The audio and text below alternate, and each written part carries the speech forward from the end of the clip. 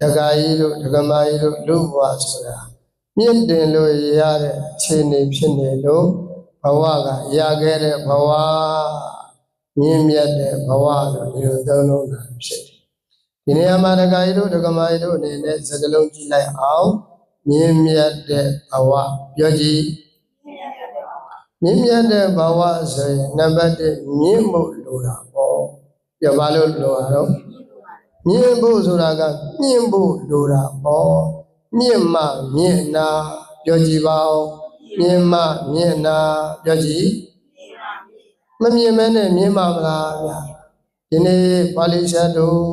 ဒကာကြီးတို့ဒကမကြီးတို့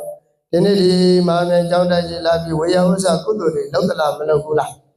ဝေယဝိဇ္ဇကုသိုလ်တွေလုပ်ပြီးသာသနာတော်မြတ်ကြီးကိုမြင့်တင်ပေးတာသာသနာတော်ကြီးကိုမြင့်တင်ပေးလိုက်တဲ့ဝေယဝိဇ္ဇကုသိုလ်က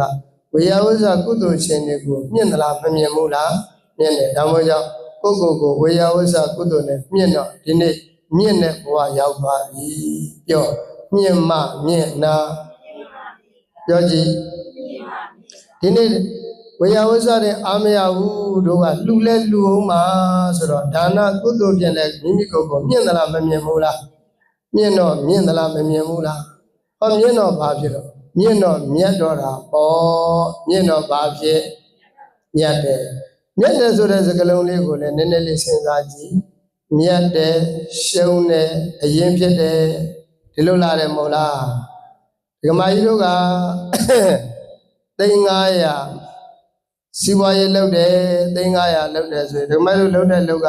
3,500နဲ့ပို့ပြီးရတယ်3,100ရတယ်ဆိုတာမြတ်တယ်လို့ပြောလို့မရဘူးလားရတယ်3,500ရင်းနေတယ်3,500လောက်ပဲပြန်ရတယ်ဆိုတာအရင်ရတယ်လို့ပြောလို့မရဘူးလားရတယ်3,500ရင်းနေတယ်3,500မလောက်3,200လည်းပြန်ရတယ်ဆိုရင်အဲ့ဒါဆိုဘာဖြစ်လဲတော့ရှုံးတယ်မြတ်ဆိုတဲ့စကားလုံးကအောက်ကစကားလုံးတွေကြည်မှသိတာနော်ရှုံးတယ်အရင်ကြတယ်အမြတ်ထွက်တယ်ကဲဒကမကြီးတို့ရဲ့ဘဝကိုအရင်ရှုံးတဲ့ဘဝမဖြစ်စေချင်ဘူးဆိုရင်မြတ်ဖို့လိုသလားမလိုဘူးလားမြတ်ဖို့ဆိုလို့ရှိရင်မြင့်ဖို့လိုသလားမလိုဘူးလားမြင့်မှမြတ်တာပြောကြည့်ဒါမှမဟုတ်ဒကာကြီးတို့ဒကမကြီးတို့ခုလူဘလူလောကနဲ့ဆက်လက်ထွက်ပါမယ်ဆိုရင်လူဘလူလောကနဲ့တာလုံးတဲ့ဘဝတွေနတ်ဘဝမြမဘဝစသဖြင့်မြင့်တဲ့ဘဝတွေရောက်မယ်ဆိုလို့ရှိရင်ဒကာကြီးတို့ဒကမကြီးတို့ဘဝမြတ်သလားမမြတ်ဘူးလားအမြတ်ထွက်တဲ့ဘဝပြောပါတော့အေးနောက်ဘဝလည်းဒီလိုပုံစံလေးပဲဒီလိုပုံစံလေးပဲဖြစ်နေတယ်ဆိုတော့အရင်ရတဲ့ဘဝပြောပါရတဲ့ဘဝနောက်ဒီလိုတော့မဖြစ်ဘဲနဲ့ငရဲတိရစ္ဆာန်ပြိတ္တာသူရကမှာသွားဖြစ်မယ်ဆိုရင်အရင်ရှုံးပါလားမရှုံးပါလားအေးဒါပြောအရင်ရှုံးရင်ဒကမကြီးတို့